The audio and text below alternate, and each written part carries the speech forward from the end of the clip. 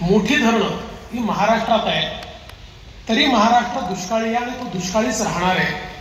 कारण महाराष्ट्रातला 55% भाग हा अवर्षण प्रवण आहे आणि त्यामुळे महाराष्ट्राच्या पाणी समस्येवर, महाराष्ट्राच्या दुष्काळावरचं सोल्युशन हे केवळ मोठी धरणं इथपर्यंत मर्यादित नाही, तर जोपर्यंत जलसंधारणाची कामं या महाराष्ट्रात होणार नाही, पाण्याचा पडणारा थेंबन थेंब हा जोपर्यंत आपण त्या ठिकाणी थांबवणार नाही, तो जमिनीत पोचवणार नाही, तोपर्यंत महाराष्ट्रातल्या शेतकऱ्यांच्या आत्महत्या हे आपण थांबवू शकत नाही.